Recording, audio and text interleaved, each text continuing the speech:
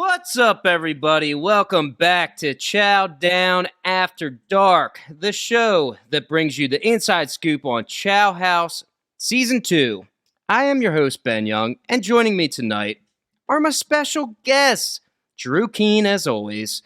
Yo! And first-timer on the show, Zev Bennett. How are you guys doing tonight? Let's give it up. Yeah. I'm the only one clapping, but I will it's say all right good. now, I am so excited to have the goddamn wolf dog on Wolf Chow dog. Down I've heard about this After dog Dark, baby. pound. Is that what you called it? The dog pound? That's the dog pound, pack? baby. So we called it the DPG. Me and Fook have tattoos of it. Oh, you did? Yeah. Nice. The other boys owe me a tattoo. It's in the works. Oh. Yeah. I should have went with you that day, and what I did said was I drank 3 bottles of wine and fell asleep. Yeah. I understand.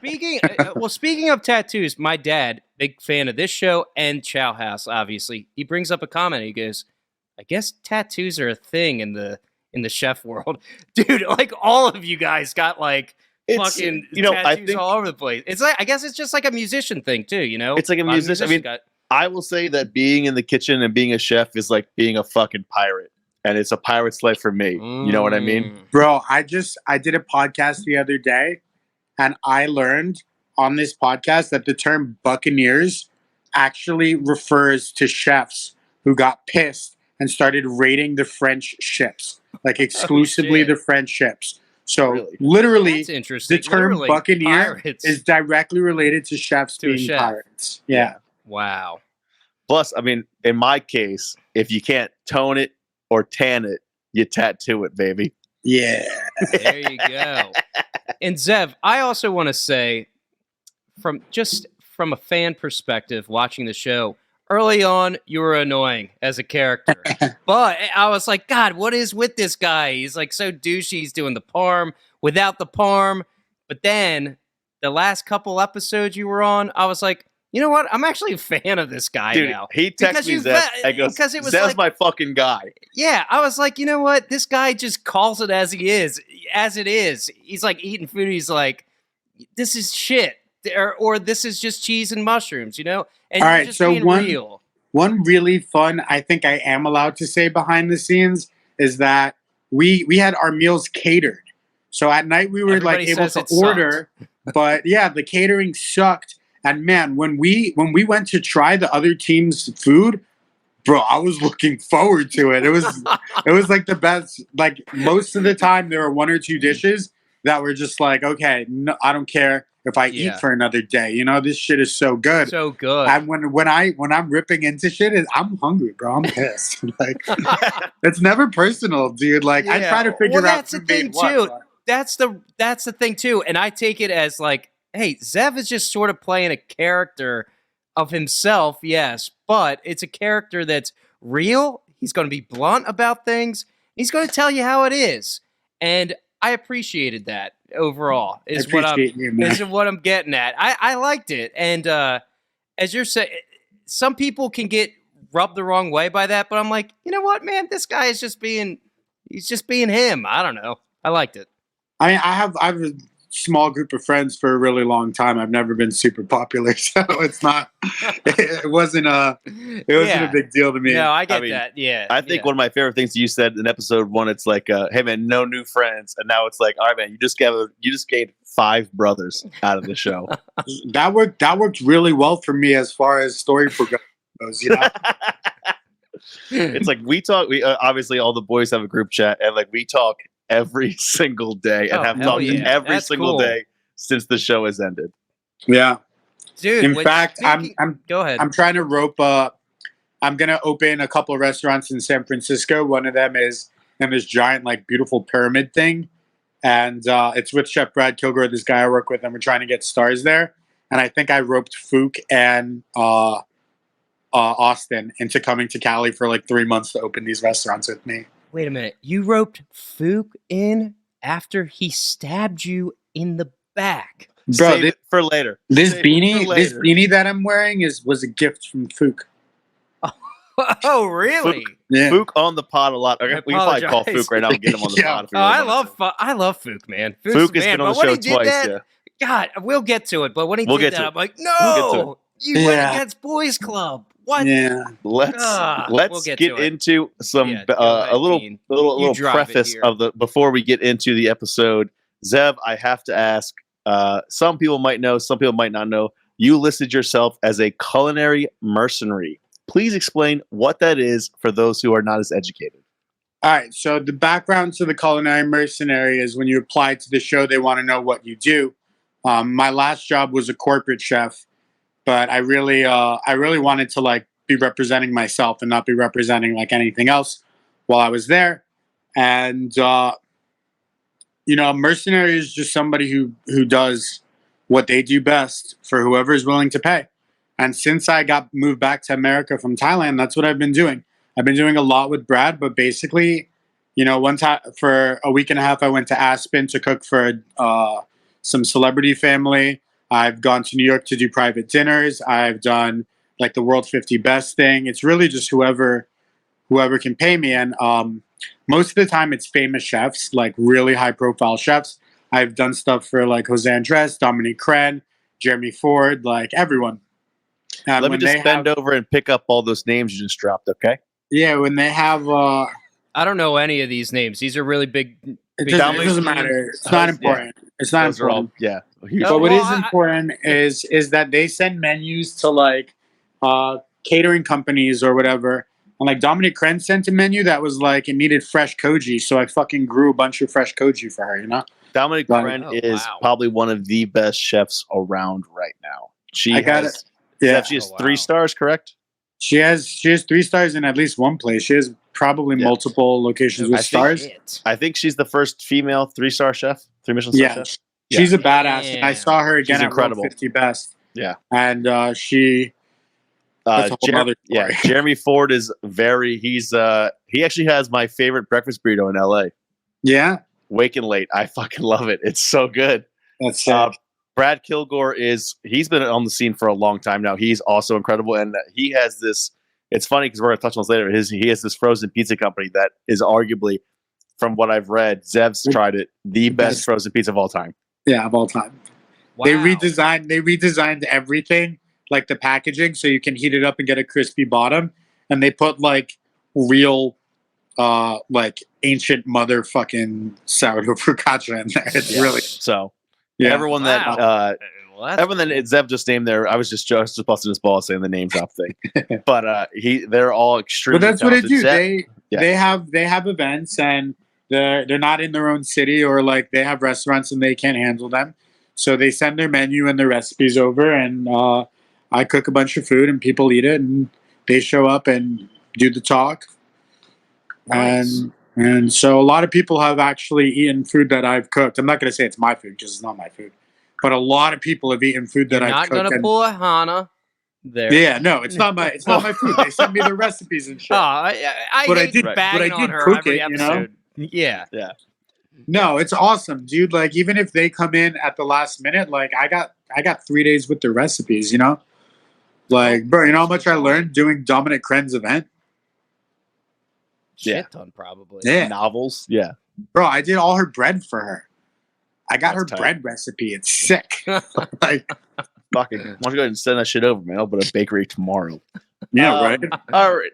Zev, let's get into it. I will say I want to thank you for the words that you said when you were chosen to be capo the night that I went home. I think that was it showed a lot to who you were, but also who I was selfishly. It wasn't supposed to go that way, as you and I both know. Yeah.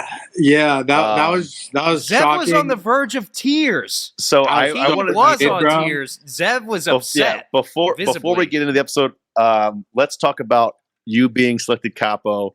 Did you want to get selected capo? Were you worried about being selected capo? And what were your emotions you were experiencing at that time?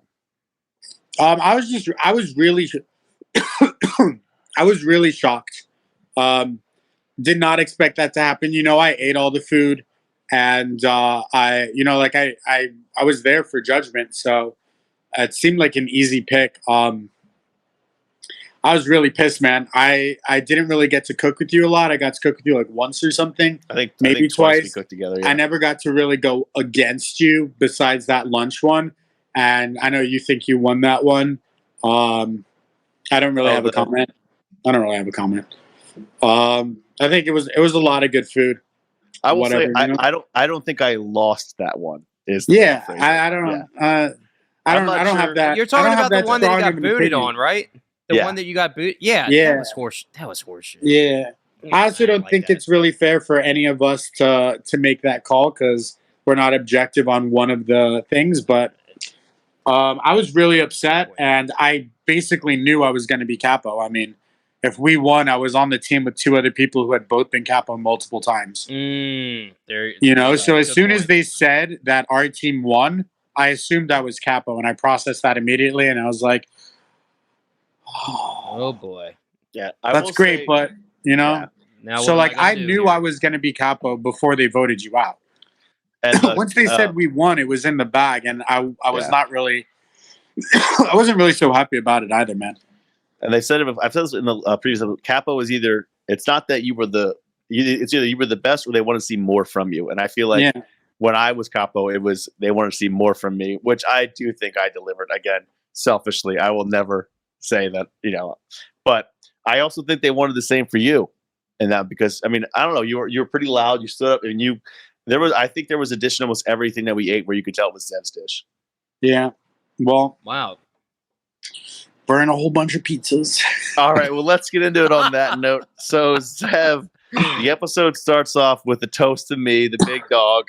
Again, forever Dog. grateful.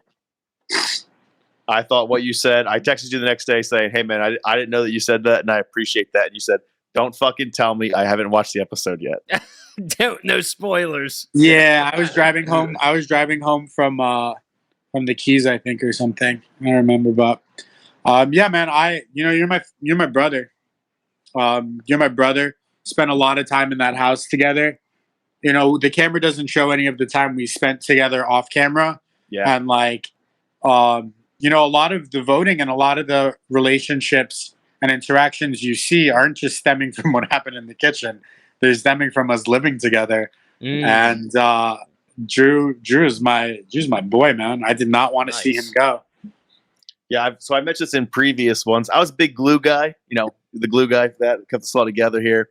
And I also said that there was a time in the first episode. I think I said some of these people thought that they were here for being a cooking show in Italy. Some of us thought, the others thought we were here for a game, and we played that fucking game. Yeah, I mean, it's a game show. Yeah. It's considered a game show. So It's Zev, not the Bocuse. So Zev, let's get past you getting beat up about my elimination, which again, thank you so much. That was very kind. Yeah. You find out it's a pizza challenge. And we also find out that you hate pizza. Yeah. You don't like pizza. What is that? That is All right, so I mean, I'm gonna be real. I started doing like mixed martial arts and jiu-jitsu when I was like 18 years old, and ate super clean for almost all my life. Yeah, all right. Now we're getting to it. And even like when I had my cheat days, it's always like 4 double cheeseburgers and 4 things of fries. Like I don't hate pizza. No one hates pizza. Good pizza is fucking awesome. But I would never be like, let's get pizza for dinner or go to pizza. It just wasn't my It wasn't your wasn't my go-to thing. junk food type deal. You're going for burgers or something else. Okay. I'm going for protein, bro. Yeah. Like I'm trying to dance bulk around it, up. but I showed up to set with 2 25-pound bags of He protein. did. Like, He did. like pizza doesn't work for my macronutrient needs. You feel me? It's just a bunch of carbs. Yeah, it's just carbs and fat, bro. Carbs and fat. All right. Fair enough. So Continue. so when we walked out of the villa, we saw that it was set up for a party. It was obvious that this was different than the other challenges. And I thought it was going to be an appetizer party. So in my head, I just started like planning bites. And I was like, oh my God, I'm going to fucking crush this. Like, I've been in I bite know how to make restaurants little my whole small life. dishes. Yeah. I'm about to do some eggplant parmigiana vegan bites. Nice. Yeah. With mini asparagus just for you. Yeah. There you go. So they bring out Marco Fuso, who is a world-renowned pizza competitor, and you find out that you have to make pizzas not only for the 3 judges, but for 50 guests. Yeah, I'm pretty sure they caught me just going fuck. Yeah, I mean I think this is the biggest challenge of the competition so far because they've never had to cook for more than 8 people. This is a crazy. So there's never really been a niche besides the pasta, but they like took us and showed us how to do it. The pizza, they didn't take us and show us how to do it. You know, Here's some fucking dough. the Figure it pasta, out. like Here's we some really dough, figure it you out. could have just made the pasta that we learned how to do. This was a monumental challenge. I mean, it was the worst challenge that I could have possibly had, probably. I love you, buddy, but I totally agree. You know, This would be if there was. I mean, I think the only people with pizza experience was Ivan, me, Fook, and Austin. and I mean, Ivan and Austin have probably made hundreds of thousands of pizzas in their lifetime. Right, You know, Austin especially. So yeah, I would. Say Austin was a little Caesars dude, bro. right. Even if was I he? was, yeah, he was. Nice. Even if We're, I was in your we're shoes, getting Capo, ahead of ourselves, but he got first pick, and they were together. Bro, Yeah, had so- I gotten Ivan on my team, Ivan would have scaled that dough. I would have made the toppings, and we would have won just Boom. because. Oh yeah. All right. It, So it did end up being a dough versus toppings challenge. Right. You know, Basically. before we get to that, I have to touch on one thing because I will die on this hill. Pineapple belongs on pizza. yes. Thank you. I'm the Okay. normie. Bad. I'm the normie It's- East Coast guy. Thumbs down. It's really Thumbs basic, down. man. Listen, it goes back to what I was talking to about pizza not having protein. So pizza has salt, fat, and starch. To complete its flavor profile, it's missing sweetness and sourness, which is exactly what a pineapple is. Mm. This guy fucking gets it. Like to make You're it getting, a fucking you're umami getting too, pizza, you're getting like, too analytical about it. That's he's the not. thing. He's spitting the facts. that's what I do, He's bro. spitting facts. Just He's tell the spitting truth. facts like this is belongs math. on pizza. Food is math, I guess. Yeah, and guess I what? sucked at math, so One maybe that's plus why I one don't get equals it. pineapple on fucking It pizza. is All Drew. right, you know? Drew. When one of your chefs is putting up a dish to propose it for something, and you taste it, what do you say? You eat it, and you're like, "Oh, it's missing acid. Oh, it's missing Acid. salt. Missing Oh, salt. it's That's a missing great spice. point. There Oh, you it's go. missing this." Why? Because in Thai cuisine, you learn that every dish has to have everything. Just what you want the dish to be primarily should be in the front. Like when you close your eyes, I taste salty, then sweet, then sour. Well, now that Yeah. two chefs are telling me this, maybe I'll go out of my way to try it again. Well, Yeah. I will say, let's Good do a little pizza. off. Ben, have you ever had Sweet Baby Ray's barbecue sauce? yeah. So, do you want to know what the secret ingredient in Sweet Baby Ray's? Also, by the way, from Chicago, Is it pineapple pineapple? juice is in Oh, Sweet Baby there you Ray's go. barbecue, Okay. and that's what adds the sweet and the acid. It is Yep. pineapple All right. juice. There you go. Yep. Interesting. Shout out Interesting. from Chicago, but also the best, probably the best I like store bought that barbecue sauce you can Yeah, get. that sauce It's is fucking great. so I good. use it all the time on chicken. I think it is. I think everybody uses it, bro. Yeah. I mean, yeah. I've been in some kitchens that I did not expect to see that in. And I saw it, you know. Oh yeah, I've You're been like, there. oh, is that Oh, what shit, you're yes, using? They're like, Sweet "Oh, Baby it's Ray's." staff meal." I'm like, "Yeah, that's why you have a barbecue short rib on your menu." Yeah, yeah, it's staff meal. Yeah, yeah, that's That's what mine's fucking for too. funny. All right, dickhead. All Yeah. right, so let's get in. You have the team picks. Austin picks first, which means you get to choose which service you like. You choose second service, and then, as a very common trait throughout the entire season, Ivan gets picked first. Yeah. Your first pick is Fook. Outside of general brotherhood and friendship and dog poundness, why did you go with Fook?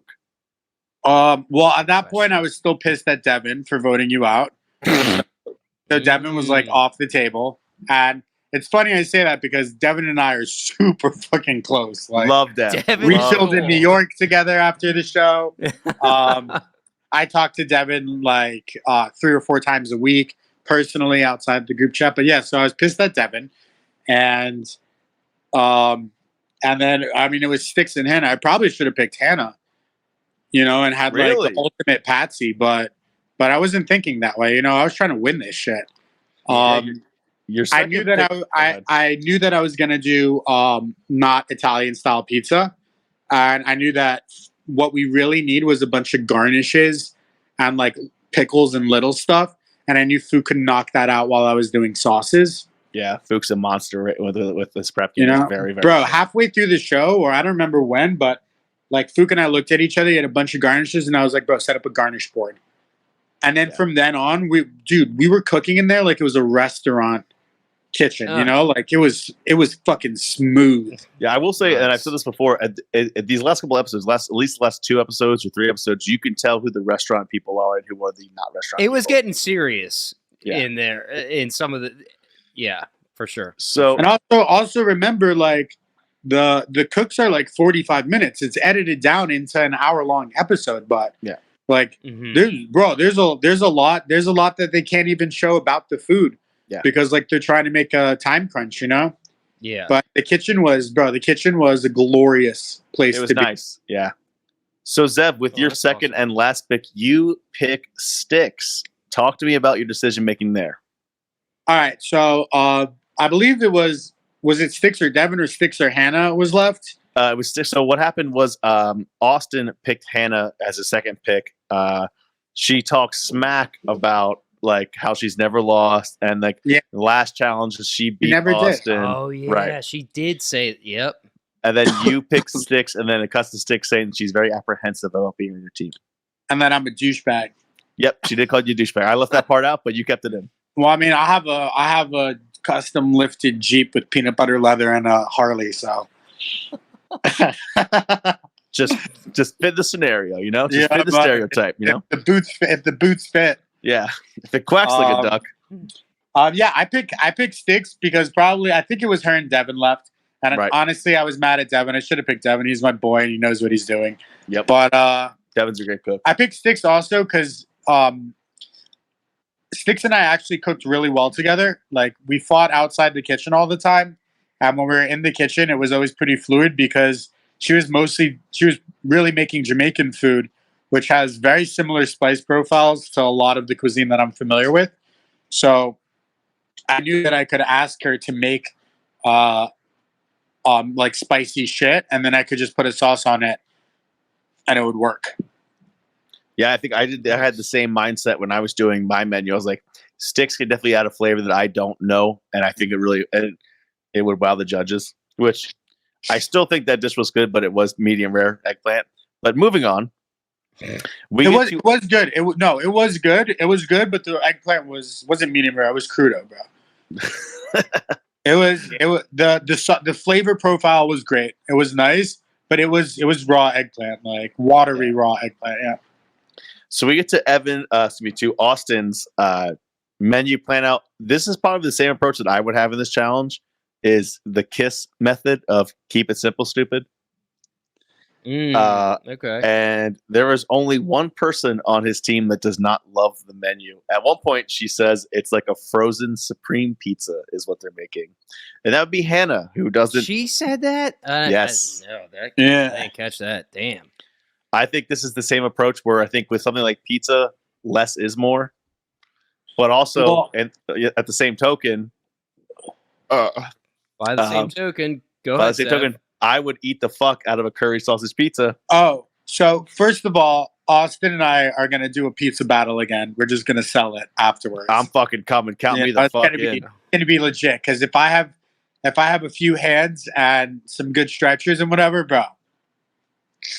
You're throwing it I will down. say you were. I'm counting on the fun side, you know? You were at disadvantage the whole time knowing the fact that it was 4 versus 3 at this time. Yeah. Also about Austin's pizza, it was a very simple menu. It was sticking to the classics. I've only had pizza that good maybe once or twice outside of that time in my life. Are you serious? Yeah, dude. Yeah. Austin crushed it, dude. Austin crushed it. If you ordered pizza delivery and that showed up, you would lose your mind. like because on the edit of the show, it made it look like you were like, "Oh my god, this is terrible." Well, this is terrible. Yeah, but that's what all the teams say about the opposing team. They're always I- like downplaying it. It seems. I saw your episode with Fook, I think. Yeah. And there was one time where you guys said something where like, do you ever eat something like that's part of a dish and you all just think like, fuck, like, how are we gonna beat Yes. this? I ate that pizza and I had that exact feeling. I was like, Ha! fuck. Shit, fuck. This I was is like, really the only saving grace I have is that it is very classic. Right. You know, good. It's Right, almost and you like- could do something different. Yeah. but It's almost like Austin wrote that menu like, all right, man, let's just hope they fuck up. yeah, kind of. But when you have Great people point. do new dishes for you, like people who try to do really creative things, it's cool. But somebody who nails like classics, the best Bingo. you've ever had, that's the best because you've had a million of that. You know, Yeah. like I've had a million white asparagus and hollandaise dishes every fucking spring. You know, if you can make something that simple and it's better than all the other ones I've had, Then you're gonna remember. Yeah, that's gonna be the winning ticket there. yeah, that's the best pizza I ever had in my life. Come on, So- I lost Let's- to that. Yeah, let's get into the Well, cook fair here. enough, then. Austin, the first thing they do is start weighing out dough balls, and I feel like this is not to bash you, Zev, because you know I love you. The first of your many mistakes in this competition. They do 250 grams, which, again, not to prep myself, but if I was in your team and didn't get eliminated, I would have told you the exact same thing. But hindsight's always 2020. They get that going. Ivan explains perfectly how to form pizza dough. We're slamming on the ground, getting all those bubbles out, and making sure it has time to rest. Obviously, I didn't touch or feel the dough that you guys have, but I'm sure it was incredible. Yeah, I could tell that I could tell it was fucking lit. So throughout the cook, Ivan, Devin, and Austin are fucking cranking. It gets to a point where they're very cheese-heavy menu, and Hannah decides that she cannot shred cheese anymore and tags in Devin, who just finished burning the mushrooms. How did you feel when you saw this play out in the episode? I felt bad for Devin because I felt like he just kept taking it from her, you know, and I feel like Devin was just raised so well that you know, Devin's plate was full. He made the broccoli raw pesto. yeah. He was cooking the mushrooms. He was cooking the sausage, and then he had to come in and tag it in great Can I play devil's advocate for a minute and ask, did we have a cheese grating attachment on a food processor or anything? Like, I think we did. you know, actually. like I'm trying to think back, and I know we had a really well equipped kitchen. I know we had the equivalent of a RoboCoupe or something, we 100% had the which definitely had non-RoboCoupe. the non RoboCoupe. Yeah. Which definitely came with all the attachments. If you I would. feel like it's all of their fault for not fucking whipping that shit out. I know, and it's funny you say that because I mentioned the exact same in the lap stuff. So like I hand cranked all the pasta for the beach goth pasta. Yeah. You talked And then about this, Keane, and It then wasn't you're like, until yeah, afterwards I go, we have a KitchenAid. I could have fucking just You coulda just sheeted done that that fucking shit. shit out and no problem. Did you see when I answered a question on my Instagram? I googled beach goth pasta and like it's a thing. Really? Yeah. I There's was hundreds of pictures of black pasta labeled beach goth I was pasta. texting Hot Tiana pasta. yesterday on this because that was her favorite dish. I said it should be called Big Dog Pasta. So okay, so this But- beach goth pasta, real quick. This wasn't a thing in your guys' lexicon before hearing about it there, because I I mean, just I don't- assumed, oh, I guess it's a is food. Something that I was like, I came up in the kitchen, never name a dish after yourself. Like I would never say like fucking, Okay, yo, and here's that's what you big- thought Hannah was here's doing. here's Big Dog scallop His dish. big Like I would dog never do noodles. that. Big dog Yeah. scallop dish. I'd fucking Big never dog do that. scallops. Or So it's that's like, what you thought Hannah was doing, though, but she wasn't. That's an actual thing. Yeah. I guess it is. Wow. I mean, it's a squid ink pasta with With With fucking seafood. lobster broth. Yeah. Yeah. I mean, it's done a million times. yeah, it's Yeah. been done. That was one of the best. Okay, but the naming that of and it. the breadcrumb guitarra that Ivan made one time were Slept on dish. some of the Slept best on. food I've ever had, Yeah. pasta wise. Yeah, shit was fire. But yeah, she gave up on. She Yeah, gave she gave up. on Yeah, the I cheese don't know. I shredding, and guess she had a thing there that could have just done First- it yeah. automatically for her. maybe in her mind, like she was still on the capo, like the high of being the capo. Interesting. Because that was It pretty was- capo. That was pretty capo. Like to be like, Yeah, yo, you to do pass this off a now. task, I'm yeah. gonna fuck right off and do something else. Right. I'm gonna do something else. over Literally here. anything else. Yeah. So after that, Austin gets pretty upset about Dev's burnt mushrooms and puts Ivan on task. And we all find out that the pizza oven was crazy hot, which, as expected, as a pizza oven, which is wood burning, which means it's probably anywhere between 900 to 1200 degrees. Jesus So it was definitely closer to 1200 degrees. It was Shit. like, without trying to be poetic, it was staring into like the gates of hell. It was the hottest fire I've ever seen, like including giant camp bonfires and like Wow. any oven I've ever used. I've never seen a cooking element that hot Yeah, in my life. And also, those mushrooms looked great to me. Just saying. You know, like, wow, nice. I mean, yeah. I mean, I run a steakhouse here, which our broilers up to 2200 degrees, and like I can tell you exactly how fucking hot that is. Is, you know, it's hot enough to melt human skin. Yeah, it was. Yeah. It was an issue. Yeah. There's no place in the oven that was like a safe zone. No, And just from my research, I also found out that's not the best way to cook pizzas. The best way to cook pizzas is in like 475 to like 515. I would way say the fuck more controlled. 525 is the highest you want to cook a pizza at. Yeah. Yeah. Yeah. Yeah. Yeah, I have a pizza oven at my house. My partner Rachel got it for me for my birthday / Christmas present. I use it all the fucking time, and that bitch don't go higher than 625. You know what I mean? It can go to 1025, but why the fuck do you need that? Why would you need it? Yeah. Right. So now the service begins, Zev, and you are doing exactly what I think any chef with a brains and eyes would do. Is you are a fucking eagle eye over service, and you are calling their menu. I did menus fucking basic. These guys are clowns. Like, what the fuck are we doing here? We're gonna crush this shit. Just like build the team up, like gas them up. And then I will say you shine here when Austin's pizzas tend to drag. They're a little slow to service. And then same thing I would do. It's like, all right, well, you know what that means? I need to get my shit out 10 minutes early. Like, fuck these guys. Yeah.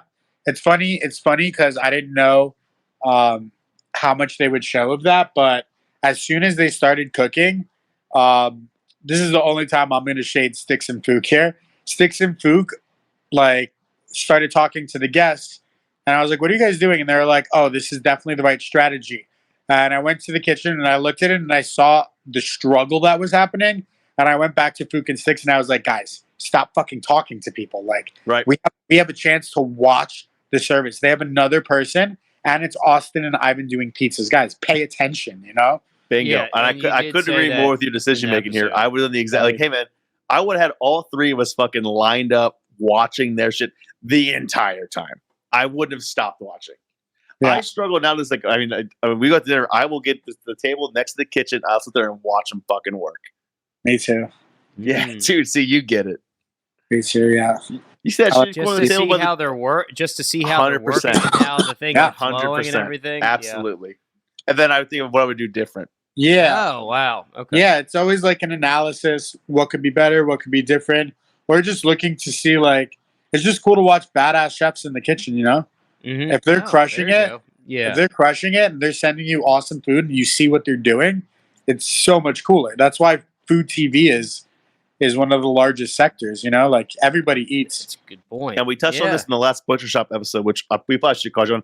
Like, how to get off topic here? How incredible it was watching that butcher, Gino, break down that fucking animal. Yeah.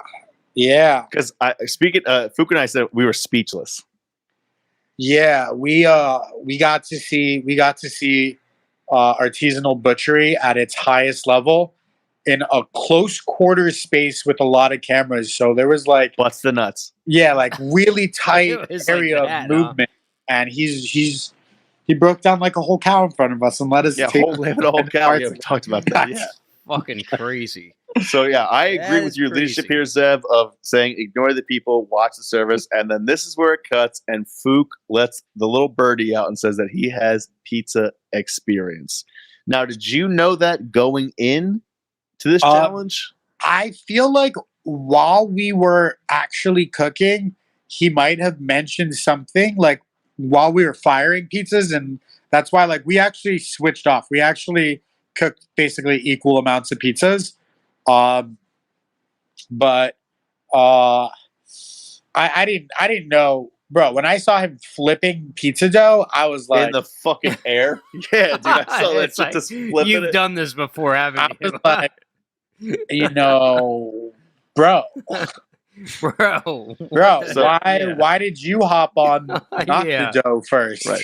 Yeah. Like- So let's not get ahead of ourselves here with this one. Yeah. The first pizza that Austin makes is the blonde pizza, no sauce, which drove Hannah nuts, which is hilarious.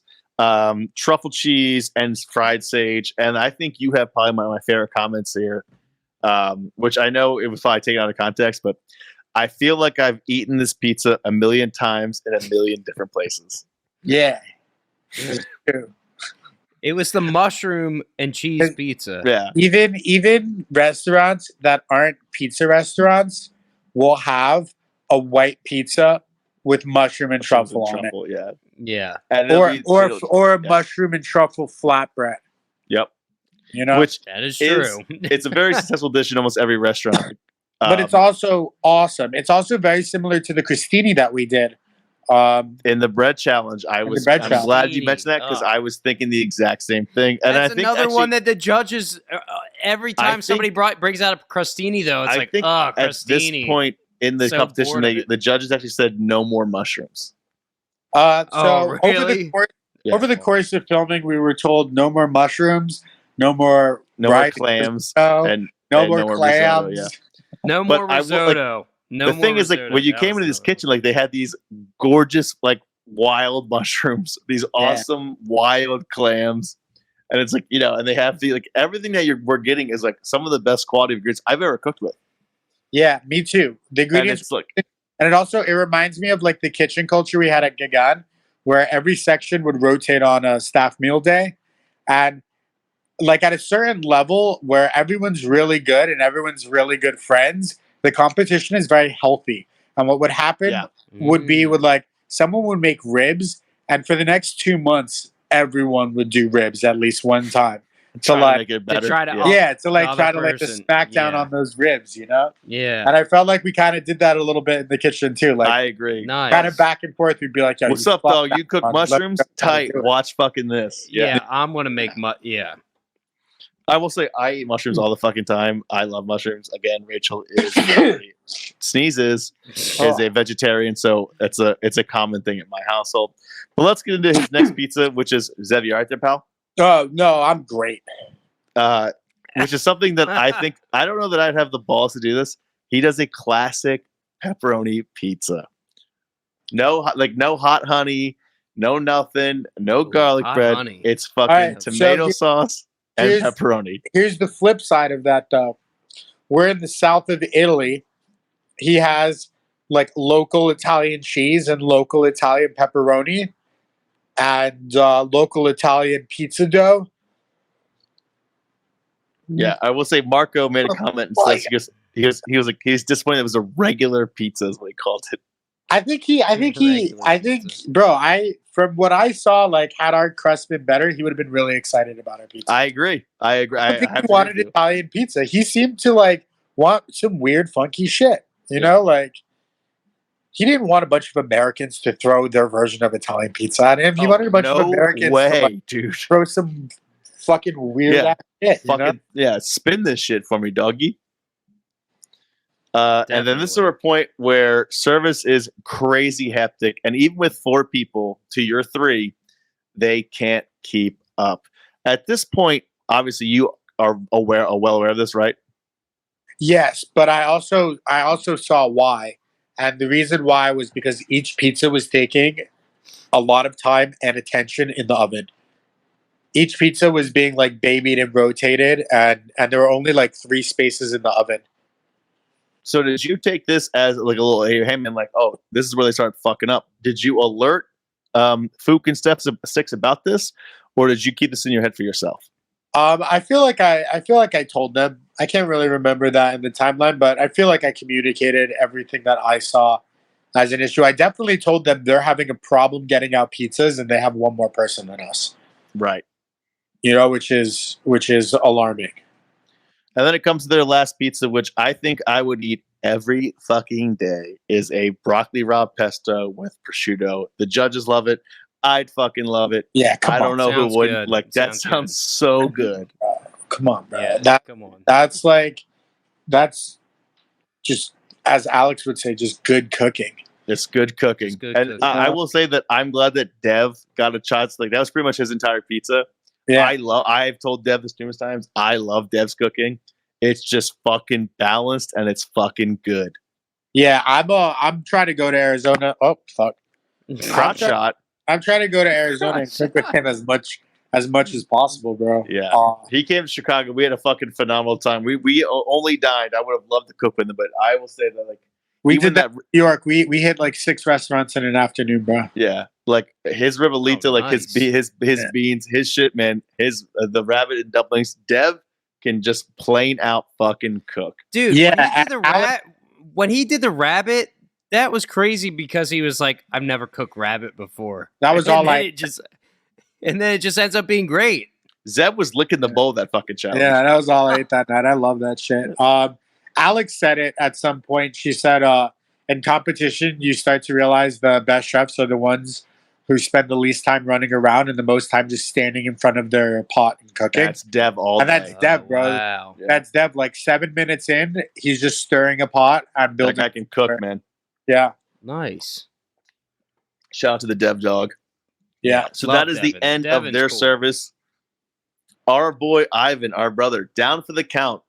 Ivan, first of all, inside baseball, known sweater. That guy sweats all fucking day. Sweaty boy. So, is he Sweaty, okay? sweaty. So that's what I want to ask.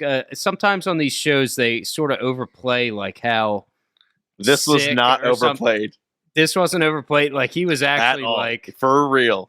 he was for real. Like Well, there was Yeah, that one Ivan, scene. Ivan Yeah, was I like don't- in his boxers and socks sitting on his bed after like taking a shower to try to cool down.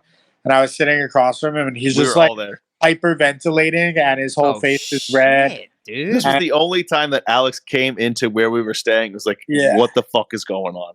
Yeah. And then Uh, like Ivan And does you guys, end up going to the well, hospital. on the last podcast that we had, you and Fook had said that he was sick prior too, right? No, Or was that Austin was sick. Austin Oh, got sick. bro, Austin Yeah. for the Austin's bread so sick. challenge. Yeah, was the bread challenge. the Dude, grill Austin challenge. The was grill challenge. Great. Yeah, He Austin was So so sick. So Austin and Ivan have gotten sick on this Austin, thing. Austin, huh? yeah, that's why Austin had a really bad 24-hour bug virus from something. Like we all hit the same Damn. shit every single day, so like, he's the only one that got sick from it. He was Yeah. so sick. Damn. And then But Ivan, okay, yeah, in this one, So, Ivan yeah. overheated, and this yeah. has been a thing. Ivan gets with rushed him. upstairs into a cold shower, all his clothes off, like in there, sitting in the shower on cold water, with cold water on his head, drinking cold water, and still can't get that temp down. So he actually 100% ends up going to the hospital. But you weren't there, Also- Keane, right? You went home. Sure. You're talking like you were there. Yeah. I was there. I was in the fucking room.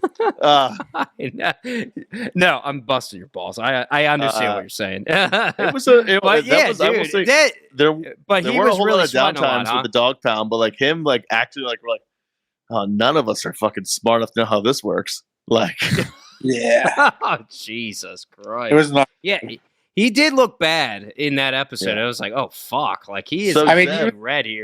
He probably had a combination of dehydration and heat exhaustion, and that's not safe. yeah. You know? Ever Yeah. since then, Yeah. there were tons of electrolyte drinks for us, which was nice. Like, Oh yeah, here's- we're just Oh, there you go. just There's jamming them, dude. It's sick. 7. Yeah. So Zev, I have to ask, it's now your time to cook, and you knowing what's going on with Ivan, how does that affect your mental planning for this challenge? Honestly, at that point, Would you have planned? Would you think you would have done better knowing that he was safe? yeah, probably. But I mean, once you're in the kitchen, it's like when you're scuba diving or doing Right, mixed because we all martial scuba dive arts, all the time, right? Zev? like I think what a lot of people find peaceful in meditation is the absence of any other thought, and that can be Facts. achieved. That can be achieved in actual meditation, or a lot of people find it in other forms. Athletes often find it in competition. Artists can find it when they're completely entrenched in creating their art. And for me, that's very much what like being in the kitchen during competitions. Like nothing outside of the competition comes into focus at all. You know, it's very tunnel visioned, which is actually a great way to describe that entire cook was tunnel vision. Absolutely. That's what I You tell know? people. Like I didn't see those pizzas that dark. You we'll know, get like, there. Let's get I there. Hold on. genuinely did not see them Yeah, like the I tell same people, way like, that I saw after. yeah, I say church and state. You know what I mean? It's like I'm in the building, I'm here, and then I'm outside of work. I don't fucking know you. I always tell my line cooks, I go, I don't you know might see me, but just know that I don't see you. I don't Yeah. see. Right? I don't party with employees. Try not to. Oh, never. So let's talk about your menu planning. So, first of all, I love your approach because I had the exact same approach. Is just because we're in Italy, just because we're on a cooking show, does not know that we need to follow Italian food recipes. Yeah, it was Italian ingredients. Right.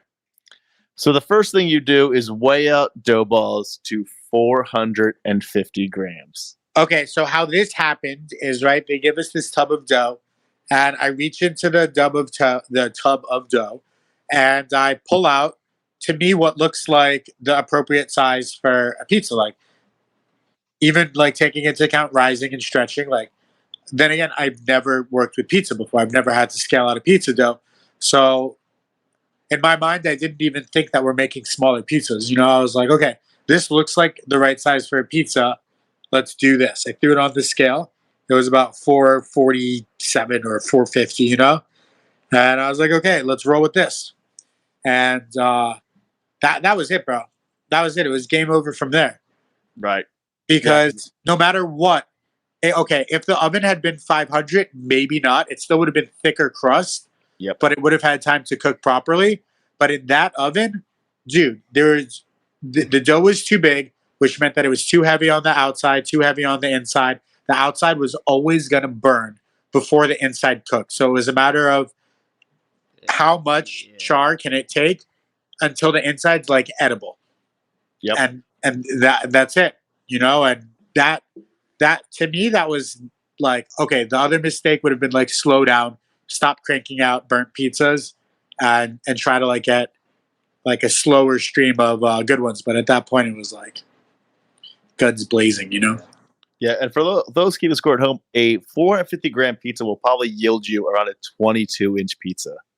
Yeah, that's an extra. It's an extra large. Yeah, I don't even know that. Like, I think an XL over here in Delaware is like 18 inches. Yeah, so 22 inches is even I do bigger. pizza. I do 300 grams for about a 16-inch pizza. What's that, Zev?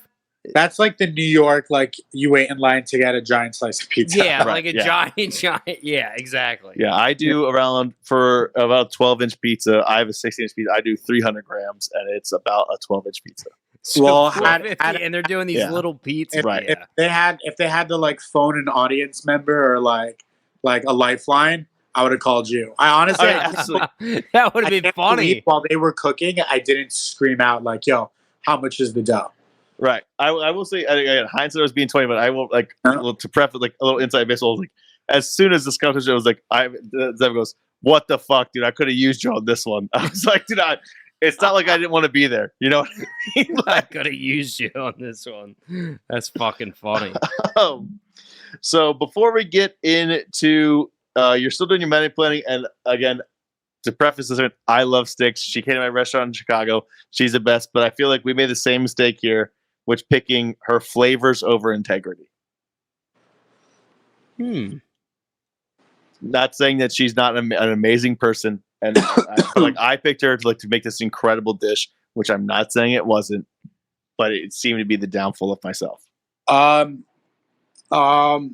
think, like you said, like a lot of us realized that it wasn't only cooking and it was a game, and I think besides having really awesome flavor profiles, because like the judges always loved the flavor of her food. Loved it. Every single challenge. They always loved the flavor from the first cook. Stix's way of playing the game was very smart for her. I couldn't agree more. She played it very, very well. Probably, I think she played it better than any other female on the show. She did. I think she played the game the best out of everyone, actually. And like at Kagana, I had to stand in front of a chef's table and talk for like 2.5 hours a night. I'm very used to performing and public speaking, and I called it from the beginning.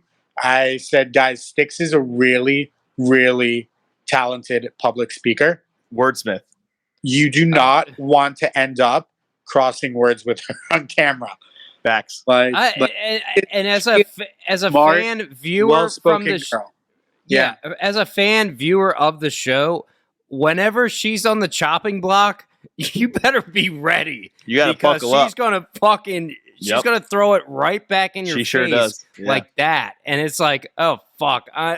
You better, like I said, you better be ready to go because she's got the facts just to throw right back in your face. The 6-year loaded. Forget about the words. If you look at her cadence when she speaks, it like, seems oh, it's like she's professionally trained. You know, yeah. Like she speaks like a politician. Yeah, it's phenomenal really, cook. good. She'd make an incredible lawyer. Yeah, it's really good. Yeah, it's like I don't know what she's saying right now, but it sounds right, but and I'm screwed. Yeah. So this is where you admit your love for frozen pizza. Actually, excuse me, I'm jumping ahead. You're doing your menu planning, and you say probably one of the greatest lines of the show is to Fook is do whatever the fuck you'd like. Extremely well played. I had to touch on it. I saw that on Reddit. Someone was like, "This is the best show on Food Network." Who else has bangers? Every other line, like do whatever the Fook you want. I mean, my favorite show, like one of my favorite moments is like we all met Fook, and then the first day they're calling him a roll call, and the guy goes, "Fuck," and it's like, no, it's Fook. Well, that's what I was doing a little bit too. I'm like, is it Fook or fuck? Like what? No, but Fook is great, man. I love Fook. Yeah, we love Fook. Awesome. From the first moment that I met and became friends with Fook, I feel like I was planning using his name, either as much as possible or just like to try to get it in there because they told us it was supposed to be like a super family show. When I saw them like dropping F-bombs, I was like, oh no. Oh no. This is not going to be exactly what we thought it was. Like, that's funny. I was waiting to use that, bro. I'm so happy it made the cut. It made the cut. Me too. Yeah. So you go into your menu planning, and again, I will focus on this because I don't think I've ever missed eating a pizza more. So you talk about your Thai background, calling yourself the Curry King. I would have ate the fuck out of that pizza.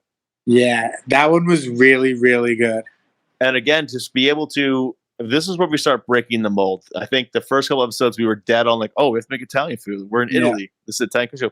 And then I think, again, selfishly, I broke that mold, opened the doors for Fook, and then opened the doors for literally everybody else. Yeah, I think I got a little whiff of it on the first cook when they were like, "You fucked up an Italian classic," and I was like, "Well, guess who's never making Italian food again?" Right. But yeah, I think you definitely knocked down that door and like changed our viewpoints. You know, let us all.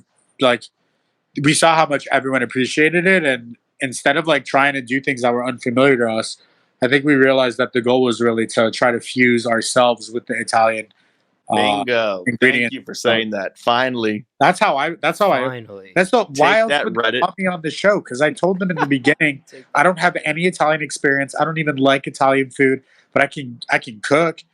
And they were like, "Oh yes, okay, come." So we get into you making the pizzas. Obviously, you have 4 pizzas you're doing. We'll go one by one here. I will say the first one you start off, which I think is I would order this all the time. Pomodoro, mortadella, pesto. Every day of the week, I'd order this. Yeah. The downside is it says it comes out a little charred. Yeah, so I think the downside of all of them is that they come out a little charred. The downside of one of them might have been that it was charred. Might be an understatement, by the way. Bro, those were really crispy pizzas. I mean, as someone who I Really enjoy a crispy. well done pizza, I will say that I like a little crunch. No. Yeah, a little char on the crust is great. Not when it's like black. I will say basically. that It was pretty bad. It was pretty bad. It's pretty bad. you touched on something which I think not a lot of people know about. Because I can go both ways. It's like I love a cooked tomato sauce, Yeah. but there's nothing quite like a raw tomato sauce that gets roasted in the pizza oven at that temperature while the dough is cooking. Yeah. So Brad Kilgore actually makes some of the best pizza I've ever had in my life, and he always told me to, like, whenever he was talking about it, it was always like, use canned pomodoros, high quality canned pomodoro, crush it with your hands, season it a tiny bit. That's it. And just let it rip. Yeah, And 100%. It gives all the brightness and the acidity, and pizza's a heavy food, and that's a very fast way of lightening it up. Bingo. And I will say that's a fucking home run move. And I don't think that move got enough love that it deserved. Well, I mean, it was on a burnt pizza, so I appreciate. So let's get into it. Yeah. Again, you don't mind the charred pizza. I don't mind a charred pizza. But Fook gets a little uncomfortable. Yeah. But he also says that you're the capo, so he's doing what the capo says, which this could go either way. I feel like as a sous chef, and like it can go one of two ways. As a sous chef, you're not the executive chef. You're not the capo. Your job is to just execute service to the exact standards as the executive chef. So if that person's put out that pizza, that's the way it should be. But as someone who I have to agree with what you just said. 100%. If that's the standard, that's the standard. In fact, when it's in a different episode, but when no spoilies. Oh yeah. Yeah. I can't. Is it a past episode? If No, it's a past episode, you could. I don't think it is. Oh, okay. Then I can't say it. I think it's the next episode. But yeah, again, I don't know. I don't know to what extent Fook realized the issue, or if he had a solution. Maybe, to me, I feel like he probably didn't have a solution to it, and at that point, like, what's the point? Right. I'm gonna give him the benefit of the doubt, because there's not one negative bone in that kid's body. For sure. Yeah, I So, mean, again, He is a positive guy. I feel like he probably didn't even know how to fix it, and he realized it, and he did jump in and cook a bunch of pizzas too. But as I said, the problem started with the dough. It was cemented into everything that we did. Right. So, and I will say that's probably something that most people don't know. Is like, if this what the executive says, that's what the fucking is. You know what I mean? Yeah. Yeah. And you don't have to be. I mean, you really got to be either out for his job or just fully against the idea of, like, hey man, that's not gonna fucking work. Yeah.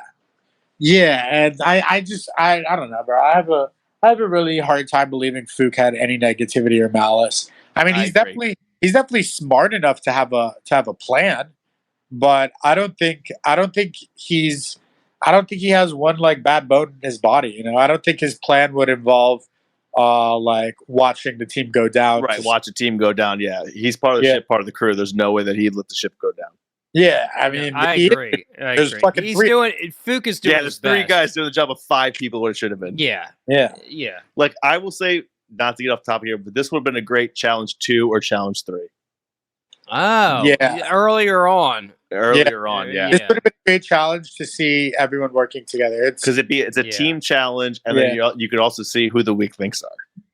This was insane challenge. Like I've seen other people on Reddit talk about how Chow House was like Top Chef level this season.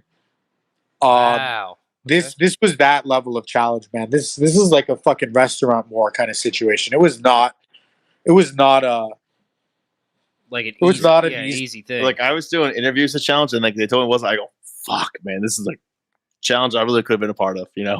Yeah. So it gets in. I wish you were part of it too. Yeah, who doesn't? So we are in the challenge. Reddit doesn't wish you were a part of it. Yeah, Reddit doesn't. It does cut to Hannah saying, something's burning and it smells like failure. Oh, jeez. I feel like. Go ahead, Zev. You know what they say? Like, memory is your sense of smell is the strongest tie to memory. Yeah. So interesting. I don't Maybe know. she's used to the smell of failure, is what you're saying? No, I Oh my! just said that. I just said that it's the strongest memory, so she's gonna remember my failure for forever. There we go. Nice. Yeah. We gotta get her on. We might have to get her on the pod, Keen. I- We I- bring her up all the fucking Why would time. you not have her on the podcast? We I have think to. We She have is to. Again, entertainment no gold. Come on. spoilies, but I've reached out to her tomorrow. All right, there you go. Great. So Great. I think on that one for like 10 minutes. sure. Yes, yes. Zev, anytime you want, buddy. Okay. Yeah. Uh, Oh, anytime you want. I think we might have to have the whole cast on for We one. should. Yeah, I think that'd be cool. Anyway, continue, Keen. All right, so Doing a I good think, job here. I think what you do here is very smart. Is you bring all 3 pizzas to the judges at the same time, which I think is a good idea. Yeah. Yeah. So- I probably bought the worst pizzas to the judges. Right, they were pretty charged. 6 comments on it. You bring the pomodoro, the curry sausage again, which I would eat every fucking day. Bro, this is I feel like I'm in court right now because I honestly I don't remember anything. I don't remember any pizzas being that bad. I remember them being kind of bad. But you saw Someone it did in show the me- someone episode. me a picture of one of them afterwards and was like, I just want you to see this before you see it on TV for the first time. And I was like, oh no. Well, I'll tell you what, buddy. Let's get into them right now. So Yeah, you so bring what- over all 3. Go ahead, Well, then. Keen, I just want to say, so Zev, when you were seeing it on TV, though, where you're like, "Oh God," like For like, some of them, honestly, like half the ones they showed weren't that bad. A quarter weren't of them, that bad. a Yeah. quarter of them looked pretty good, and then some of them were so bad. So bad. And the cinematography is I so mean, some of them were like black, like Bro. holy shit. out to the camera people. The cinematography Stelly. is so good, bro. Yeah, yeah, Like, yeah. Panning over that beautiful landscape of charred black dough. So the first comments on your So pizza, funny. Zev, is Is this on definitely Reddit, charged. Keen? No, this is from the episode. Oh, okay. Go ahead. All Yeah. right, sorry. So definitely burnt, but they love the flavors of the pomodoro. Again, how could you not? Yeah, They love the burrata and truffle. Again, who the fuck wouldn't? yeah. But So they that pizza was actually, we cooked the flatbread and then we opened the burrata on top of it, flashed it for like a second, and then put the truffles on it. here's the thing, man. You serve that shit medium rare, though. As good as that sounds. Mm, Yeah, I know, bro. So that's what I'm saying. Like that one wasn't burnt, but it was raw. Yeah. but it was raw. And this is where The it cuts from- pendulum swings both ways, my friend. cutting to Marco saying he loves the flavors, but the pizza is raw. And then our boy Austin says it's raw dog, which Oh yeah, that made the That made cut too. Yes, he says that shit raw, is raw dog. dog. He said raw dog. It made the cut. and then again, Austin's a fucking legend. bro. legend. Dude, he's awesome. I can't wait to have him on the show. Okay, yeah. I don't know. He might tell it too, but in his bread episode, they didn't tell the story of the menu. Austin told me he lived in Alaska for a summer. Yep. And he was working garde somewhere because he wanted to chill. That's like salad station. And he would go out hunting with his boys, and they would use slingshots to shoot down game birds in these blueberry fields. And the birds only ate blueberries, so the meat was purple. And they'd forage wild porcinis and then like build a fire in the middle of nowhere and grill the like bird. Austin's life's wild, dude. Yeah. Austin's What life's the wild. hell? That We can do a sounds whole really podcast wild. about With Austin's whole pictures and life. videos too. Like, Oh, he was showing you pictures and videos Yeah. of this shit. yeah, bro, it's gorgeous. You know, there's a couple people who fully jump in like the chef life and like the pirate life that it is. And I wish that I mean, I've done some cool shit, but like Some of the Zev, shit he- Austin yeah. stories. Like, It's I like, go, what the hell? you'll never catch me doing shit like that. yo ho, yo ho. Yeah. So it gets again to I can't make this the star of the show for your menu, which is the sausage and curry pie.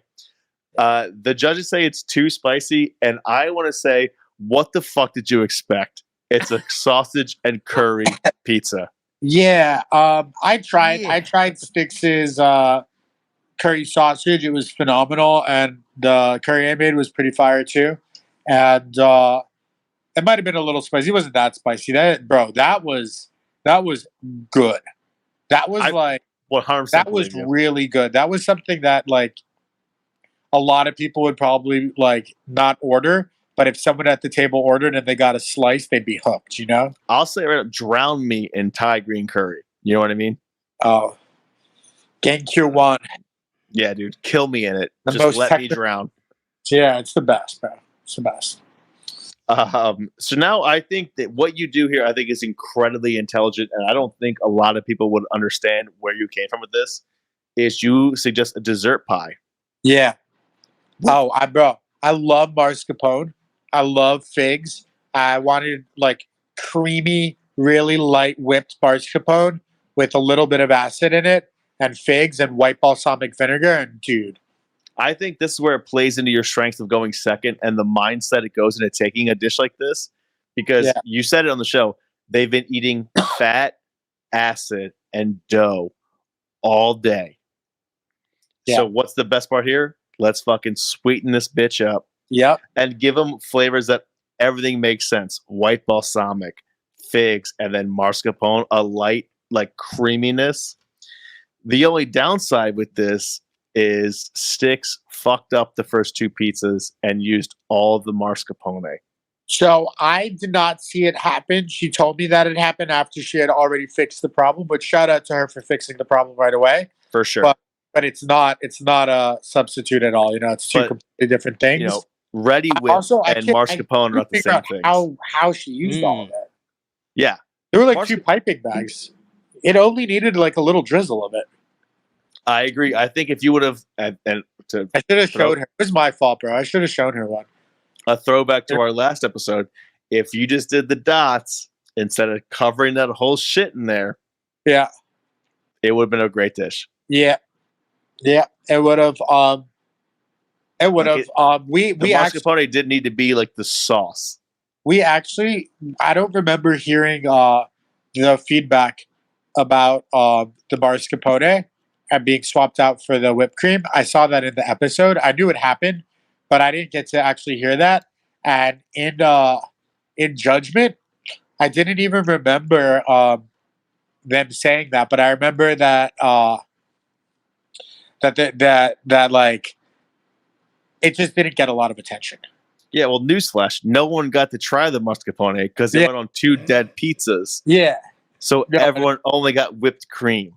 Yeah, I know, which is really sad. Jesus. It's just not the same at all. Whipped You cream got on bread whipped doesn't cream sound pizza. good. Yeah, Right. It doesn't make any sense. that's terrible. I know. The more we're That's talking awful. about it, the more I'm like, fuck. That sounds horrible. That's not at all what I pictured. horrible. I mean, dude, you could have whipped like a Taleggio or you could have whipped another cheese that we had in there. Yeah, whipped cream But- is. Whipped You know, that cream actually that reminds me in the seafood cook. Going back, sorry. Throw The it back, shrimp- baby. The shrimp tartare dish was my idea. I came up with the whole dish. It was this beautiful shrimp tartare. I made this crazy fried shrimp head emulsion, and all the shrimp were supposed to be tossed in it, like coated in it. So when you were eating it, you got this like heavy, unctuous seafood, and then underneath it, the acid from the balsamic and the figs would cut through, and that dish could be a stunner. Like, Right. So if it was actually, executed properly, Keane, you remember this dish? I You mentioned made- that. I said Okay. that Zev was for weeks talking about this dish, about doing figs, white balsamic, and Ah. shrimp. And in Yeah. my head, I picture it probably the same way that you did. And then what we were given was not that. yeah, bro. The sauce I made was like in circle dots around the side. You didn't even know to eat it, and it was like the flavor of it. Mm. And then we talked about how Sticks ran away and would not get the proper way of eating that dish. Yep. Yeah, So let's get back into it. Again, people didn't love the dessert pizza because mascarpone and whipped cream are not the exact same thing ever. They never will be ever once in this life. no. I will say this is where I think a lot of gameplay comes in because Sticks, from how it's played on the show, gives you tons of compliments about how you were an amazing capo and how she was honored to work with you, saying you were phenomenal, you did a great job. Now, do you think Sticks was just playing the game there, or did she mean that? I think this was a very weird fucking day for all of us, and I think Sticks meant it. Yeah, really. Oh, I wow. I had a very contentious relationship with Fix the whole time. Um, um, I think she meant it. I felt like she meant it in that moment. I took it as a real compliment, and it was a huge compliment because it was someone who I knew was not really a fan of me at all, and someone who I thought probably also questioned my cooking ability the whole time, just Mhm. Mhm. just because she wasn't a fan. And it seemed very genuine. And it was like, obviously, Food giving me a compliment's great too. But when you get a compliment from someone who you do not consider to be on your side, it was a big moment. It meant a lot to me. Nice. I'm glad you cleared that up because the show built it like she was bullshitting a little bit. It's a great show. The show's very good. Yeah. It is an entertaining It's very show. good. It's an entertaining Again, show, we said this for sure. episode, they did a phenomenal job Great putting the show show. together. You know that they filmed hundreds of hours to make the show. Each episode could be up to 3 days of filming. They had a lot of material to work with. How they decided to cut the show came out absolutely incredible, and Very good. Yeah, Yeah. very, very good. that like we could all in our own heads or to each other debate about like how we would have wanted it done. But you know what? It wasn't any of our shows. It was a show about all of us. Yeah. And they Right. chose to portray our relationships and our interactions in a fantastic way. So, I agree. As a fan and viewer of the show, I think it's like, what else could you ask for? It's an entertaining cooking show. So Yeah. it's Yeah, got it's personality. It's got everything that you want. So let's get to the judging, Zev. And I think this is probably, obviously, I wasn't there live. I was peeing out the window. And I think what Alex you said get here, a decent desist, bro. yeah, whatever, fuck him. It's not gonna happen. Nobody watches this show.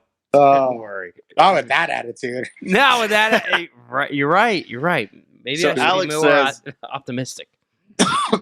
In the judging, obviously the pluses and minuses, but I think it comes down to, and I think Alex in this video, it comes down, someone chose the dough and someone chose the toppings. Oh, we got a big old cat over here. Yeah, she's huge. Zev's got a big. I We got a this is fat the cat. Nice. I got a couple of fat cats myself. first She's a episode. little- Okay. I have the door closed for my cats today. Usually, Yeah. Oh, Keane's got cats too. We all I was got hoping- cats. But I was hoping she would come in and make me look good. it's gonna take more than a cat for that, buddy. All right, so all right. So anyway, the judging. it gets down to the toppings and the dough. Austin ends up winning because he did master the dough a little bit better than you. And this, I think, was yeah. the dough one. Probably one of the most controversial judgings of all time. Zev, you come out first and vote immediately for Sticks, and she gets insanely upset. And as she would, heated, yes. Yeah, so I I Go think her reaction was proof that her compliments were real earlier, I feel like she during that cook we bonded and that we were on the same page for the most fleeting of moments, Yeah. Yeah, so she put up go ahead, Ben. What's hilarious to me though in any of these voting scenarios is that whenever somebody gets voted for by somebody, that person immediately turns around and goes, "Well, guess what? I'm voting for you." Right. That's how I mean, which is just human nature. I mean, I would do the Right. same fucking thing. Like, Yeah. oh, you're throwing me under the bus? I'm fucking throwing you under the bus, buddy. So- Like, what the hell? So I think what's really cool is the fact that the voting is so controversial, making us judge each other and vote like that, but it's so dramatic and it makes for such great entertainment. Because We're- you're put right on the spot too. So It's like what right you then don't- and there. What you don't see is so I was on a losing team a few times before I got kicked out. I had to do this over and over again. And every single time it is harrowing. Even if you're about to vote someone off who you don't like or you don't want there, when it's silent and all the cameras are on and the spotlights are on and they look at you and you have to say someone's name, one of these people you're living with and cooking with, it is harrowing. It fucking sucks. so loud, Yeah, I bet it does. Yeah. so loud, and it brings out the absolute worst in you. And when somebody says your name, your adrenaline is already pumping. It's So like getting shot. go into fight mode, and it makes Right. it so easy because it's such a hard situation, and it's such an easy out if someone looks at you to just look back at them and be like, "No, fuck you." Fuck you. Yeah, fuck you. That fuck is you. a great Yeah. point. That is a great point. Your adrenaline is running, and you're just like, you know what? I'm just throwing it right back at you in your face. Yeah, I can I mean, only she- imagine I will because say- I haven't been on one of these shows. But Put it on the record that these are both not THC vapes. These are Nick. it's all good. Nope. Nobody I don't cares, care. Zev. No, Nobody cares. it's all fine. Just so PR doesn't come after me later. Okay, They won't. yeah, Promise you. I'm trying to family brand, bro. You know, Family Yeah. brand. that a whole lot. Yeah, Mr. Bad Boy over here. So Love. I think Styx puts up almost the exact same fight she did with me. But her point, I think, is valid. She goes, "Oh, it was my fault. All those pieces were burnt." Pretty solid point. So the nature of this vote is inherently twisted because, like, I knew it was my fault from the beginning, and Right. like going to vote, I knew that I was probably going home. You know, it was like a fight for survival. But I mean, you saw the cook. I fucked up the pizzas, right? So everyone else did a great job, and I'm not voting for myself. I saw one Reddit comment that was like I had a lot of respect for Zev in the beginning, and then I lost it all at the end. He should have voted himself off and been a real captain. No, bro, for zero Right, people right. are doing that. Like, what Right. the hell are we talking about here? Like, what the Right. hell is that? Alternate universe where side chivalry and Right. honor. Yeah, like, come on, man. If I was a samurai in yes, I fell on my sword, but on that TV show, no. No, like, what are we No. talking about? Stop. And like, Fight till the end. and like, Nobody is voting for themselves on a fucking No. this. No, like, someone did that on the first season, and it looked terrible, you know. Right. But I'm not gonna lie, like, even my fiance when it cuts to me going like, "Fuch's my best friend. Who do you think I'm gonna pick?" She was like, "That doesn't look great." And you know, that doesn't look. it doesn't look great, but to me, it's totally fine, dude. It was really at that point, neither of them had messed up. Like Right. when in Right. judgment, they did not say your mascarpone less pizza is why you Right. lost. They said your pizzas were burned. That's why you lost. I was at the oven 90% of the time, or 80, whatever. You know, I burned those pizzas. It's on camera, me looking at the pizza and saying, "It's edible." I will say It's I'm edible. very, very big on you to be able to admit that because most people would not. Yeah, no, bro, it's on camera. What do you mean? There's no. And so I'm looking at a girl who I do have tremendous respect for, and especially at that point in the competition, really had a lot of respect for. And then I'm looking at like my little brother and one of my new best friends, and somebody who makes me a better person just being friends with them, you know? Yeah. So it goes back and forth. You know, like Yeah. You know, Styx calls both you and Fook weak, which I think made great for TV, but I don't think it's anywhere close to true. yeah. I mean, you saw how I did not argue back, right? No, yeah, smart Yeah. move. Yeah, it's gameplay. Nope. So Vuk Yeah. ends What up can you say? voting- What can you say to that? It's like, no, we're not. Like, Right. what- No, yeah, what- Yeah, actually, we're not. Everyone don't get in an argument with Styx on camera. And what happened? I am in front of Styx on camera with her pointing at me and telling me that I am weak. Right. Yeah. Yeah. So, yeah. No, I agree with that move. So Is it Fook Jake? ends up voting for you. Styx smiles while she does this, which, again, great TV. Kind of a bitch move, but great TV. And then A bitch you move change- by Fook? No, by Styx. Like it's Oh, like a by- shit-eating grin. You know what I mean? Okay, I see. Well, I Just- mean, she probably wanted me gone for a long Right. time. For Oh, yeah. sure. I mean, watch the episodes back for sure. She did. You know, like And then you change your vote for Fook. Well, For calling wait a out- minute. Wait a minute. What's going? Let me break this down real quick. What's going through your mind, Zev, when this happens? Because this was a big moment in the episode where you know, Sticks votes for you, you vote for Sticks, and then Fook, because this has been an ongoing theme throughout Chow Down After Dark. That there, I mean, it's kind of obvious. There's a boys' club here within all Chow coming. House. I sit here, I watch it with my wife, and every time it's all guys and one girl on a team, I'm like, they're gonna go boys' club. They're gonna vote her out, and then it usually happens. And I thought that was going to happen here, and then Fook, I'm going to have to talk to him about this. He backstabbed you. So That's how I feel. First of all, on the boys' club DPG situation, we definitely were all best friends, and we definitely Right. want all of us to like be there till the end to battle it out amongst ourselves. That was the plan. But we didn't have to do anything, man. The girls voted each other out. Like That's true, too. That is we true. do anything, man. The girls either voted each other out, or it just so happened that one of them made a mistake that was the Detrimental. call. You know? Yeah. They voted each other out, man. When, like, we were best friends, but we didn't. We probably thought we were doing. You were more playing than the game for part. real You know? at the end of the day. Real, but the game was playing itself, bro. Yeah. Like, like end of the day, Drew and I were both victims to the game playing itself. Oh, well, For sure. okay. So the second part to that question, when Fook votes for you, how do you feel? Are you shocked in that moment? Yeah, so I'm totally shocked because like I voted for Sticks, and if Fook had voted for Sticks, then it would have been It's over.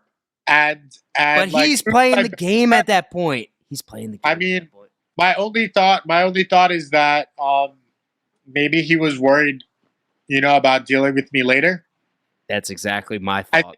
I think there came a point on the show when people started to really realize who the threats were, who Right. was fucking dangerous. Yep, And I agree. And to that I credit Fook because he realized Zev is gonna he's gonna be a competition, so get him off now. And like that goes against the bro code, but it's like it's either him or me type of situation. No, Dev was probably the same thing. Yeah, but I called Sticks his name, but then after he called my name, I was like, all right, well, you know what? Well, like if we're I'm gonna go up.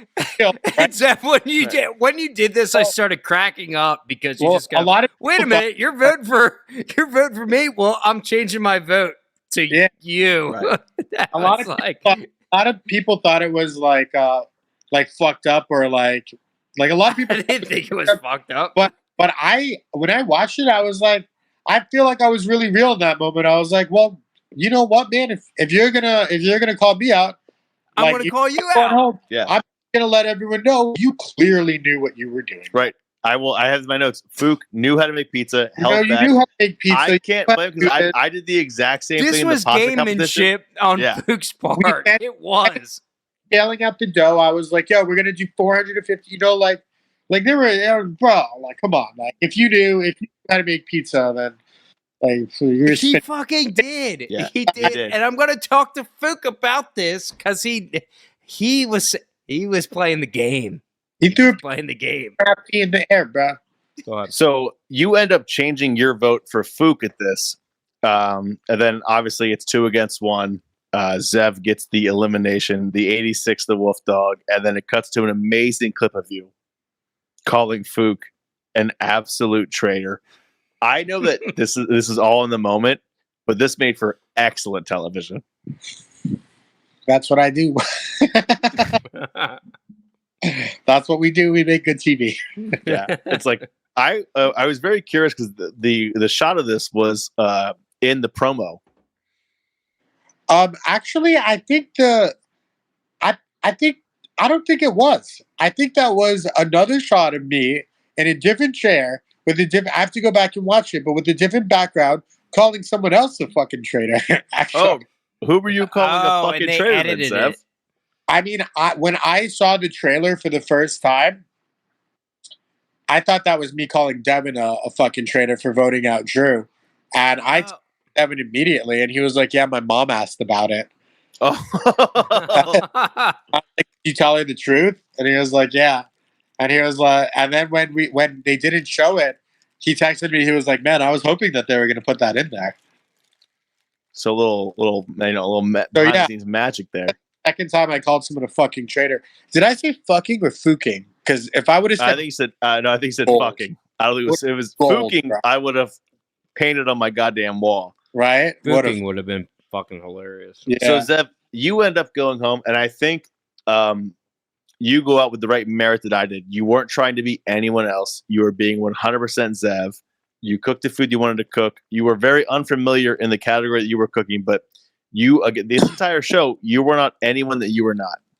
yeah, yeah. I was really proud. I was really happy. I had a great time. I learned. It was one of the greatest experiences of my life. One of the things I went to wilderness programs in like boarding schools for bad kids when I was younger, and one of the things about being on set is you're stripped of all your privileges. You know, you don't have your phone, you don't have freedom, you can't wander around, you I can't mean, really. you did have a Nintendo Switch though. You were playing some games. Oh yeah, they let me keep my Switch. 'Cause I'm autistic. Wait a but- minute. You went to a boarding school as a kid? Is that Yeah, what I you're went to saying? a lot. Yeah. I went to the ones in like Utah and West Virginia, like the really crazy abusive ones. Oh, And wow. but well, yeah, it's cool, bro. It made me really strong. One of the lessons though is like not having any privileges and not having a lot of freedom. It's amazing how happy you can be like that, Yeah. because there were a lot of days and nights there where I was so happy and I had nothing but the people around me in the moment I was in, and I was so happy and it was so beautiful, you know? I Wow. agree. You know, That's a good- I use the term brother very very tightly. You know, I consider Ben Young a brother. I've known him for a very long time. Actually, a little inside baseball for for a very long time. My own brother was not my own brother. I only had Ben in those times. But going through this show with all of you, I feel very confident in calling all of you guys brothers. 100%. 100%. And honestly, like besides my eggplant parmigiana, which eggplant parmigiana does not have Parmesan cheese in it. Parmigiana is a word that comes technique. from another Yeah. word that means roofing tiles, and it's about the layers of it. Yep. And originally moussaka, and it was a Turkish dish, and when it came in, it was just layers of eggplant, and people do mozzarella, fresh mozzarella, ricotta, Parmesan. It's all just like regional variations. The actual dish has nothing to do with Parmesan, and I totally thought the judges would know that. And I was just like flabbergasted. Oh wow, that they Yeah. did it. Well, I Yeah, will say that dude, people love I- a cheeky parm though. You know, Yeah, but that's Chicken like parm in pie. America, it's called like a chicken parm or a parmesan. Like that's Yeah. not right? what I made. I made It's different. Ghana. Like I will say that Parmesan. No. Yeah. Okay. there's So a clip. Go ahead. burning pizzas, I did not really get any critiques on my food. Zev, I think you're a phenomenal cook, and Wow. There I you will go. say Besides the first and the last, like I didn't get any of the, and it was pizza, bro. Like I felt like I had been robbed of like even being able to have real emotion about leaving, because I was leaving for losing a challenge that I had no right. training in, and it was against two fucking legends at it. Yeah, You know, like I couldn't even feel bad about it. So I actually got to get I mean- kicked out in a really positive way. I mean, there was a point where both Ivan and Austin were relaxed during this competition. Yeah. You did not get that opportunity. Yeah, no. I'm pretty sure during our service, they were just like chugging beers because they knew they had won. Like, Austin told me he saw one burnt pizza and was like, ciao. I'm like, I think I asked this to Devin and Fook. Definitely Fook, but I'm going to ask you too. Overall, do you feel you liked the way that you were portrayed in the show? yes. Do you like it? Yes. Like that you watched it and you go, yeah, that's me.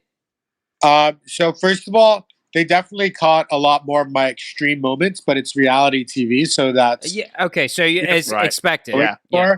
for. I feel like the edit I got made me really true to myself and really raw and really real. And I feel like I have really good relationships with the producers, and our relationship is shown in the way that the show is made, because I was honestly worried that they would make me look like an absolute villain. And I think they really made me look like 50-50. And that, I think that's a great way to put it. 50-50. Early on, villain, and then you kind of turned to more like a face in So- wrestling terms. so what's cool about that is it divides people and it stirs up controversy and it makes people like debate and react. And in the end of the day, what are we looking for? We're looking for ratings and reactions, Yep. you know, and I Right. feel like I've definitely generated a lot. You definitely did that. And are you going through the Reddit comments like Keane is to see who no, hates I you and who enjoys you? tab open to it. I was in the beginning. My fiance is more on it than I am. I think she like sees all of that. I saw it all in the beginning, and then at a certain point, like it just wasn't as entertaining anymore. You know, Yeah. It's just like, all I right, mean, it's old. Again, Yeah. I said earlier, it's always a good even. Oh, sorry, Zev. sorry, people said some really nasty things. people That's not cool. People said some really awesome things, and I find the nasty things to be way more entertaining than the than the positive things. It's really Yeah. You just Or- laugh them off, sort of. yeah. Oh no, Yeah. none of it hurts at all. I enjoy it. But at a certain point, like they all said the same thing. They're like, "You're an egomaniac. You're arrogant. Your personality sucks. Shut up." One person was like, "Everyone's laughing at you. We just watched you mess up, and the whole world's laughing at you." And I was like, "The whole world's watching this? If I can, Right, yeah, This fuck is 'em. great. This Yeah, is actually you're- great. You're watching me laugh. Perfect. Yeah. right? That's like, Yeah. yeah. I said this. Yeah, it's always good when the haters are out. That's why I said the first episode. Like, fuck all of them. You guys don't know me. Like, Yeah. Right. Yeah. you know, I said Also, bro, like through all the Reddit boards and all the tweets and everything, you're talking about probably 1,000 or 1,500 people making comments. right. Also, it's like, hey, They're let's see not how- so I'm people. gonna read Yeah. one of the comments right now. Zev, such a douche. His bro code ways felt like he was perpetually stuck in a high school boy's mindset. actually, you know, I do want to touch on this because everyone was like, "Oh, the bro code So or what, man? the chef bros." Hey, man, I will never apologize for creating a bond with 5 other people that was stronger than anything else you saw on that show. Dude, There you how go. how could anybody watch a bunch of people, men or women, who are clearly just great friends and having a blast? Right. How could people watch them interact with each other and like hate on it? Like that doesn't make Yeah, sense. no, that's a Yeah. good point. Like Like, it's But, a- Yeah. but so a question there: were you guys friends with the females on the show as well? Some of them. some of us were with Some of them. So do you want some of us were do you with want to some. not? You want to name some names of the people that you We were? were all or- friends with. We We're all friends love. with everyone's. All You're friends, friends all with across anybody. the board. I will say Okay. that once I got eliminated, Jan and I had some fucking incredible times together. I'm friends with Jan. I'm friends with Sticks. I'm friends Friends with Sticks. Sticks game saw me in Chicago. She was phenomenal. Tiana was supposed to be on the show, but she went to China, which incredibly jealous.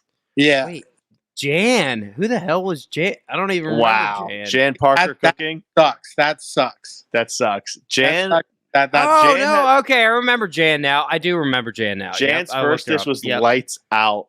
And then Was it? if I will say if Jan didn't have a stumble in the pasta episode, she would have won the whole fucking show. And Devin brings this up too. It's like, you're getting judged on these, one or two things. I think Devin brought up, like, was it Jan or Maria that he was saying how he was Maria like, could fucking cook too. yeah, Like, well, that's no what bullshit. it was Maria. And- He goes, yeah, like she got bounced, but her cooking is fucking awesome. Her business has Otherwise. been extremely like successful too. lights Yeah. out. Yeah. Yeah. So it is interesting how that plays. It's like at the end of the day, as you guys say, it's like it's a game, and Right. you don't Again, always win the game. Like I've that's said this just how before it and I'll say it goes. again. Shannon did not get a fair shake at this game. Really? What do you think, Zev? I didn't get to see her cook a lot. I think You that didn't get to if see her she cook at all, really. If she wasn't put in that position to make rice, I really think she would be great on the show. I don't know, but she has a successful restaurant, so 2 of them. yeah. She had a bad edit too. The one comment where she's like, "I know I'm good looking." I'm That gonna was the one. be flat with this comment. Nobody had an edit that was drastically different or portrayed them in a way that wasn't who they were. In fact, I think most of the edits were softenings of the personalities. Wow, Yeah. good take. Wow. I do Okay. not- Okay. Anyone got a bad edit on this show? I think the editors captured us all poignantly. Nice. I Okay. agree. Nice. I like it. Well, I will say, Zev, you were absolutely fucking phenomenal tonight. Tell us where we Yeah. can find you. You can't, bro. I'm a ghost.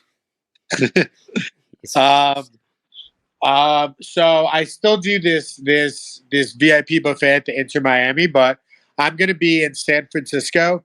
I think from August through like October, opening restaurants with Brad Kilgore and gunning for Michelin stars, as we always say. And I think Austin and Fook are gonna be there with me. So, What's your Instagram handle? What's your Facebook? What's your Twitter?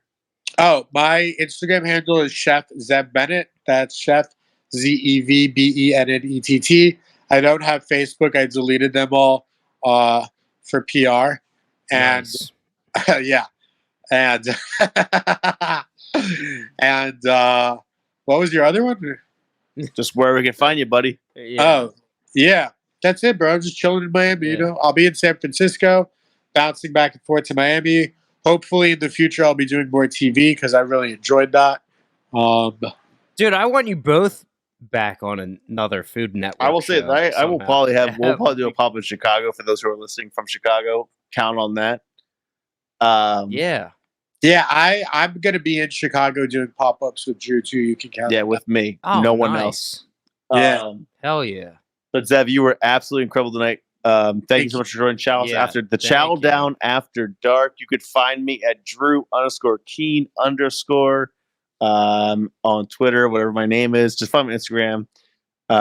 Music Meets Podcast, and then we will be doing Yeah. this probably in a couple of days. We're for the doing this second as episode. often, as we can. I guess we're a little bit behind. We got one more episode and then 2 episodes. I don't like the 2 episodes Me on a neither. Sunday. It's a little. I wish they would spread it out a little bit more, but it is what it is. Ooh, You can find. Yeah, you don't like it either, Zev?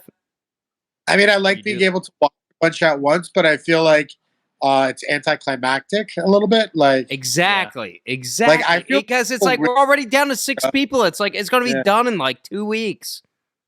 yeah, but it's Right? gonna get some great ratings. They're gonna loop it on Food Network for the Oh hell yeah! like till the next season. That is what they do. Yeah, that is true. So But yeah, you can find me at Candyman_Young on Twitter and basementhangapparel.com. That's my t-shirt site. Maybe I'll make some Chow Down After Dark t-shirts or something. I don't know. We'll sick. see. That'd be sick, right? But Yeah. thank you all for joining us tonight. This has been really fun. I've had fun tonight. It's fucking late now for me. I don't know where it is. Well, you're East Coast too, Zev, right? Yeah, That's my East Coast. Yeah, it's Hey, late as Yeah, fuck. there you go. right, It's late for all of us, but guys, it's been really good. Thank Take you. care. Thank you all for tuning Pleasure. in. Good Absolutely. night. take care.